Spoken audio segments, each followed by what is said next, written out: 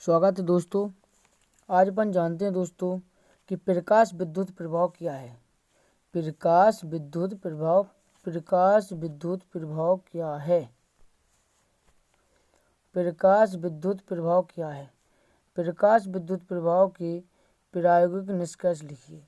प्रकाश विद्युत प्रभाव क्या है और प्रकाश विद्युत प्रभाव के प्रायोगिक निष्कर्ष लिखिए। इसे समझने में चिरसम्पत्ति सिद्धांत क्यों असफल रहा है। कौन सा सिद्धांत दोस्तों? चिरसम्पत्ति सिद्धांत क्यों असफल रहा है और प्लांक के क्वांटम सिद्धांत द्वारा आइंस्टीन ने इसे किस प्रकार समझाया है। चिरसम्पत्ति का सिद्धांत तो असफल रहा है, जबकि आइंस्टीन का सिद्धांत किस प्रकार से सफल रहा है, इसके बारे में अपन आज जानेंगे दोस्तों।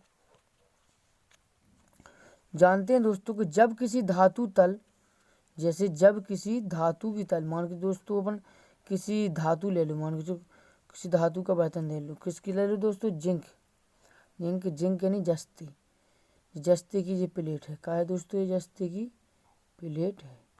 ठीक है, आपको दिख रही है ना प्लेट। जब किसी धातु की तल जैसे जस्ते की प्लेट पर पराबैंगनी प्रकाश डाला जाता है। कौन सा प्रकाश दोस्तों? ये सूर्य है। क्या है दोस्तों? ये सूर्य है। इस सूर्य से पराबैंगनी प्रकाश डाला गया है दोस्तों। ये प्रकाश की किरणें आ रही हैं। कौन सी? पराबैंगनी प्रकाश डाला जाता है। तो धातु के तल से इलेक्ट्रॉन, जो धातु की जो तल है ना, इस धातु के तल से इलेक्ट्रॉन मुक्त होकर उत्सर्जित होने लगते हैं।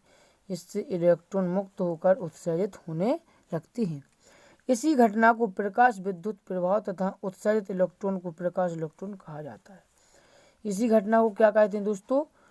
प्रकाश इलेक्ट्रॉन कहा जाता है। इसी घटना को प्रकाश इलेक्ट्रॉन कहा जाता है। प्रकाश विद्युत प्रभाव संबंधी तथ्य पाए जाते हैं जो कि निम्नलिखित हैं। तो प्रकाश विद्युत संबंधी तथ्य कैसे हैं दोस्तों? निम्नलिखित हैं। दोस्तों इतना आपको समझ में आया हो तो लाइक करें। आगे दोस्तों अपन इसके तथ्य जाने। क्या जाने दोस्तों? तथ्य। पहला तथ्य दोस्तों कि उत्सर्जित इलेक्ट्रॉन की अधिकतम गतिज ऊर्जा। क्या है? उत्सर्जित इलेक्ट्रॉन की अधिकतम गतिज ऊर्जा। जो अपनी प्लेट हती दोस्तों, ये प्लेट है, इनमें जो इलेक्ट्रॉन उत्सर्जित भय उसकी गतिज ऊर्जा, क्या? गति यानी स्पीड, आपतित प्रकाश की आवृत्ति पर निर्भर करती है। जो प्रकाश आ रहा है दोस्तों, जो आ रहा है ना, इसकी आवृत्ति पर निर्भर करती है। आवृत्ति को दोस्तों फ्रीक्वेंसी भी कहते हैं। इस फ्रीक्वेंसी पर निर्भर करती है, ना कि आपतित प्रकाश की तीव्रता। जो प्रकाश जो चले आ रहे हैं, जैसे मान के चलो प्रकाश ऐसे ऐसे दौड़ के चले आ रहे हैं, उसकी आवृत्ति पर निर्भर करता है। जबकि उसकी प्रकाश की तीव्रता बने की, जो प्रकाश की किरण आ रही है वो कितनी स्पीड से चमक रही है, जो प्रकाश उत्सर्जित होते हैं उस पर निर्भर नहीं करती है।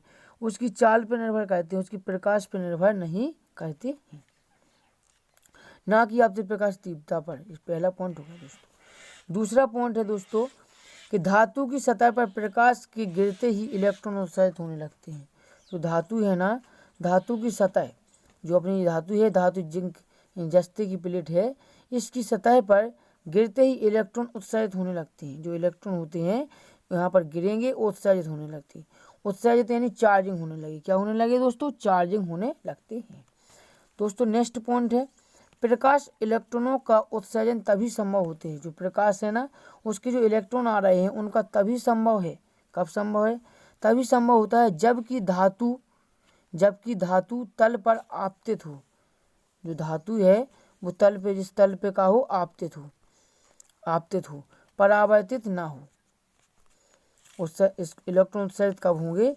कि इस धातु पर जो प्रकाश आपतित हो रहा है वे आपतित होने चाहिए, और कैसे? परावर्तित नहीं होने चाहिए। तभी का अर्थ कि क्या होगा दोस्तों? तभी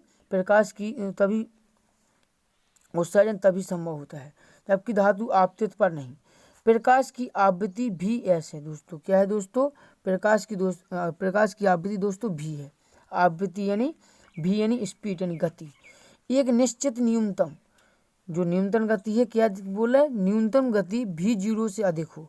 जो प्रकाश हो रहे हैं ना, प्रकाश की आवृत्ति आ रही है, वो कितनी? भी 0 से अधिक हो। कितनी होनी चाहिए दोस्तों? भी 0 से अधिक होनी चाहिए।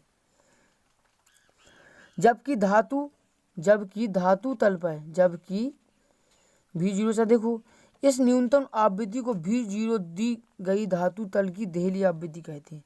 जो V0 दी गई है दोस्तों, इसको क्या कहते हैं दोस्तों, इसको V0 की देहली आवृत्ति कहते हैं। नेक्स्ट पॉइंट जानेंगे दोस्तों। नेक्स्ट पॉइंट है दोस्तों कि उत्सर्जित इलेक्ट्रॉन की संख्या, जो प्लेट से अपनी इस प्लेट से इलेक्ट्रॉन उत्सर्जित हो रहे थे ना दोस्तों, इस प्लेट से क्या हो रहे थे, इलेक्ट्रॉन उत्सर्जित इलेक्ट्रॉन की संख्या आपतित प्रकाश की तीव्रता पर निर्भर करती है। जो इलेक्ट्रॉन अभी बोल रहे थे दोस्तों कि जो उसकी गति है वो किस पर, आवृत्ति पर निर्भर करती है, तीव्रता पर नहीं। और जो इलेक्ट्रॉन उत्सर्जित हो गए हैं, इलेक्ट्रॉन का हो गया उत्सर्जित, उनकी संख्या तो तीव्रता पर ही निर्भर करती है, ना कि उसकी आवृत्ति पर। देखो समझ लिया कि जो प्रकाश आ रहा है दोस्तों, ये प्रकाश जो आ रहा है, इसकी गति तो आवृत्ति पर निर्भर करेगी। किस पर करेगी, आवृत्ति पर। और जबकि जो प्लेट है जस्ते की, इस प्लेट पर जो इलेक्ट्रॉन उत्सर्जित होते जा रहे हैं, उनकी जो संख्या है वो किस पर, तीव्रता पर निर्भर करेगी। किस पर करेगी दोस्तों, तीव्रता पर निर्भर करेगी, ना कि आवृत्ति पर, ना कि आवृत्ति पर। जी आपने, ना कि आवृत्ति पर। आपने ऊपर दिए गए प्रायोगिक तथ्यों की व्याख्या चिरसम्मत सिद्धांत द्वारा नहीं की जा सकी। जो ऊपर आपको ये पॉइंट बताए हैं दोस्तों, ये चिरसम्मत सिद्धांत के द्वारा प्रदर्शित नहीं किए जा सके। ये किसने किए थे, आइंस्टीन ने किए थे दोस्तों। इसके बाद दोस्तों चिरसम्मत के सिद्धांत के द्वारा नहीं की जा सकती, निम्नलिखित 3 कारण हैं। इनके 3 कारण हैं। पहला कारण है दोस्तों कि चूंकि प्रकाश तरंग द्वारा संचित ऊर्जा धातु के तल के प्रकाश क्षेत्रफल में उपस्थित सभी इलेक्ट्रॉन के विपरीत होती है। जैसे जो प्लेट है ना दोस्तों, ये प्लेट क्या है दोस्तों, ये प्लेट है, जो इलेक्ट्रॉन उत्सर्जित हुए तो क्या बोल रहे हैं कि क्षेत्रफल में उपस्थित सभी इलेक्ट्रॉन विपरीत होते थे। कैसे हो जाते थे, विपरीत हुए। अतः इलेक्ट्रॉन द्वारा उत्सर्जन के लिए आवश्यक ऊर्जा संचित करने में कुछ समय लगना चाहिए। ये वो क्या बोल रहे हैं, जो इलेक्ट्रॉन यहाँ से प्रकाश की तीव्रता आई, आवृत्ति आई, और इलेक्ट्रॉन यहाँ प्लेट पे टकराए, और इलेक्ट्रॉन कैसे होगा, उत्सर्जन। जबकि चिरसम्मत ने क्या बोला है कि इसमें आज जब जैसे ही इलेक्ट्रॉन जो प्रकाश की तीव्रता आएगी तो प्रकाश में इलेक्ट्रॉन में विपरीत होगी, और इलेक्ट्रॉन के द्वारा उत्सर्जन के लिए, जो इलेक्ट्रॉन उत्सर्जन हो रहे हैं उनके लिए आवश्यक समय होना चाहिए। क्या होना चाहिए दोस्तों, आवश्यक समय, इलेक्ट्रॉन के लिए आवश्यक समय लगना चाहिए। जबकि प्रयोग द्वारा पाया जाता है कि धातु तल पर प्रकाश डालती इस इलेक्ट्रॉन उत्सर्जित होने लगते हैं। चिरसम्मत ने क्या बोला है कि जब इलेक्ट्रॉन आए तो उसमें थोड़ा समय लगना चाहिए उत्सर्जित होने के लिए। जबकि इन लोगों ने क्या किया कि जैसे ही इलेक्ट्रॉन आए और जल्दी से क्या होगा, उत्सर्जित हो गए, इसमें समय नहीं लगा है। धातु तल पर प्रकाश डालती कैसे होगा, उत्सर्जित होने लगते हैं। नेक्स्ट पॉइंट है दोस्तों इनका कि चिरसम्मत सिद्धांत के अनुसार, किसके अनुसार दोस्तों, चिरसम्मत सिद्धांत के अनुसार आपतित प्रकाश की तीव्रता बढ़ाने पर, जो आपतित प्रकाश है उसकी तीव्रता बढ़ाने पर तरंगों का आयाम बढ़ेगा। जी तरंगे हैं जो दोस्तों, ये तरंगे हैं, इन तरंगों को क्या होगा, ये प्लेट है, इस पे तरंगे आ रही, प्रकाश आ रहा है, इन पे क्या होगा, तरंगों का आयाम बढ़ेगा। तरंगों का आयाम बढ़ेगा जिससे तरंगों द्वारा संचित ऊर्जा बढ़ेगी। जिससे जो ऊर्जा आ रही है दोस्तों, इनसे तीव्रता ऊर्जा आ रही, रोशनी आई, वो क्या होगी, बढ़ेगी। फलतः धातु से मुक्त इलेक्ट्रॉन को अधिक ऊर्जा मिलेगी। जो धातु है ना, जिससे जो जस्ते की जो प्लेट है दोस्तों, इससे जो इलेक्ट्रॉन मुक्त रहे उससे क्या होगी, जिससे क्या होगी, धातु की अधिकतम ऊर्जा, अधिक ऊर्जा मिलेगी। अधिक ऊर्जा मिलेगी तो जल्दी उत्सर्जित होंगे। अधिक ऊर्जा मिलने से अतः उत्सर्जित फोटो इलेक्ट्रॉन की ऊर्जा बढ़नी चाहिए। क्या कह रहे हैं, जो अधिकतम ऊर्जा मिलेगी तो फोटो इलेक्ट्रॉन की ऊर्जा बढ़नी चाहिए, लेकिन प्रायोगिक तथ्यों के विपरीत है। जबकि जे भी इलेक्ट्रॉन के कैसे भाई, इनके विपरीत गए हैं। नेक्स्ट दोस्तों, नेक्स्ट तीसरा पॉइंट था कि चिरसम्मत सिद्धांत के अनुसार, कैसे के, चिरसम्मत सिद्धांत के अनुसार यदि आपतित प्रकाश की तीव्रता इतनी ही हो, क्या कह रहे हैं चिरसम्मत जी, कि जो प्लेट है ना, जो प्लेट इलेक्ट्रॉन आ रहे हैं, इनकी ऊर्जा कितनी हो, इनकी ऊर्जा इतनी ही है कि वह धातु के इलेक्ट्रॉन को निकलने के लिए पर्याप्त ऊर्जा प्रदान कर सकें। ठीक है, कम से कम इतनी ऊर्जा तो होनी चाहिए इनके पास कि जो पर्याप्त ऊर्जा है वो प्रदान कर सके, वो आपतित जो इलेक्ट्रॉन को निकलने के लिए पर्याप्त ऊर्जा प्रदान कर सके। तो आपतित प्रकाश की आवृत्ति चाहे कुछ भी हो, क्या है, जो प्रकाश की आवृत्ति आ रही ना, जो आवृत्ति यानी फ्रिक्वेंसी आ रही वो कुछ भी हो, धातु तल से इलेक्ट्रॉन उत्सर्जित होने चाहिए। वे क्या आने की जो आवृत्ति यानी गति कुछ भी हो, लेकिन प्लेट से तो इलेक्ट्रॉन उत्सर्जित होने चाहिए, इलेक्ट्रॉन उत्सर्जित होने चाहिए, इलेक्ट्रॉन उत्सर्जित होने चाहिए। जबकि प्रयोगों के द्वारा पाया जाता है कि इलेक्ट्रॉन उत्सर्जन के लिए प्रयोगों के पाया जाता है कि इलेक्ट्रॉन उत्सर्जन के लिए आपतित प्रकाश की आवृत्ति एक निश्चित आवृत्ति V0 से अधिक होने चाहिए। जो प्लेट है जिनकी जस्ते की जो इलेक्ट्रॉन आ रहे हैं उनकी गति V0 से अधिक होने चाहिए, अधिक होने चाहिए। दोस्तों अब नेक्स्ट पॉइंट देखेंगे। इसके लिए दोस्तों आइंस्टीन के द्वारा, किसके द्वारा दोस्तों, आइंस्टीन नामक वैज्ञानिक के द्वारा सन 1905 में आइंस्टीन ने प्लैंक के द्वारा प्रतिपादित क्वांटम सिद्धांत को आधार मानकर, किसको दोस्तों, क्वांटम सिद्धांत को आधार मानकर प्रकाश विद्युत प्रभाव की व्याख्या की। किसी की, इसी को प्रदर्शित करने के लिए क्या किया उन्होंने कि 1905 में प्रकाश विद्युत प्रभाव की व्याख्या की, जिसके अनुसार प्रकाश है ना दोस्तों, ने देखा कि व्याख्या करते समय देखा जो प्रकाश है कि वो छोटे छोटे बंडलों में अथवा पैकेटों के रूप में प्रकाश के वेग गमन करता है। उन्हें देखा कि जो प्रकाश की किरणें आ रही हैं, जो सूर्य है ना, सूर्य से जो प्रकाश की किरणें आ रही हैं वो कैसे छोटे छोटे बंडलों और छोटे छोटे पैकेटों के रूप में वेग से गमन करता है, गति करता है। दोस्तों आपको प्रयोग के द्वारा यदि देखना हो तो बंद कमरे में जाइए जिसमें थोड़ी खिड़की हो, छोटा सा दरवाजा हो, उसमें देखना कि जब कोई छोटा सा प्रकाश आता है तो उस प्रकाश में देखना दोस्तों छोटे छोटे बारीक बारीक कण आते हैं। यही आइंस्टीन का सिद्धांत है। उसने देखा कि जो प्रकाश है ना, प्रकाश की तीव्रता है वो छोटे छोटे बंडलों अथवा पैकेटों के रूप में प्रकाश के वेग गमन करता है। दोस्तों ये मैंने खुद आंखों से देखा है। प्रकाश के इन्हीं बंडलों को फोटोन कहते हैं दोस्तों। क्या कहते हैं? प्रकाश के इन्हीं बंडलों को क्या कहते हैं? फोटोन कहते हैं। प्रत्येक फोटोन की ऊर्जा दोस्तों, प्रत्येक फोटोन की ऊर्जा Hv बराबर hc अपॉन लैम्डा होता है। क्या बोल रहे हैं? जो प्रत्येक फोटोन की ऊर्जा है Hv बराबर hc अपॉन लैम्डा होता है, जहां H प्लैंक का नेतांक है। H क्या है दोस्तों? जहां प्लैंक का नेतांक है। कोष्टक 6.6 इंटू 10 की power inverse 34 joule into second है। और भी प्रकाश का विकिरण आवृत्ति है। भी क्या है दोस्तों? भी प्रकाश की विकिरण की आवृत्ति है। और तथा लैम्डा तरंग दैर्घ्य है। तथा दोस्तों क्या है? लैम्डा तरंग दैर्घ्य है। आइंस्टीन के अनुसार, किसके दोस्तों? आइंस्टीन के अनुसार प्रकाश की तीव्रता इन्हीं फोटोनों की संख्या पर निर्भर करती है। जो आइंस्टीन नामक वैज्ञानिक उन्होंने बताया है और प्रदर्शित किया है और दिखाया भी है कि जो फोटोन है वो इन्हीं आइंस्टीन के द्वारा प्रकाश की तीव्रता इन्हीं फोटोनों की संख्या पर निर्भर करती है। जबकि आवृत्ति भी का विकिरण किसी धातु तल पर डाला जाता है। क्या बोल रहे हैं? जो धातु है ना, ये धातु, इस धातु पर किसी भी विकिरण के धातु तल पर डाला जाता है तो प्रत्येक आपतित फोटोन का कह रहे हैं जो धातु है, प्लेट है, इसकी आपतन फोटोन की बोले जो क्या होता है, आपतन फोटो किसी विकिरण धातु के तल पर डाला जाता है तो प्रत्येक आपतित फोटोन की ऊर्जा H भी होती है। जो इन्हें किरण डाली है सूर्य से तो क्या होती हैं? H भी होती है। इनकी गति क्या होती है? H भी होती है। जो धातु के भीतर उपस्थित इलेक्ट्रॉन को प्राप्त होती है, जो धातु है ना, उस धातु के अंदर भी दोस्तों इलेक्ट्रॉन होते हैं जो प्राप्त होती है। यह ऊर्जा निम्नलिखित दो प्रकार की व्यय होती है।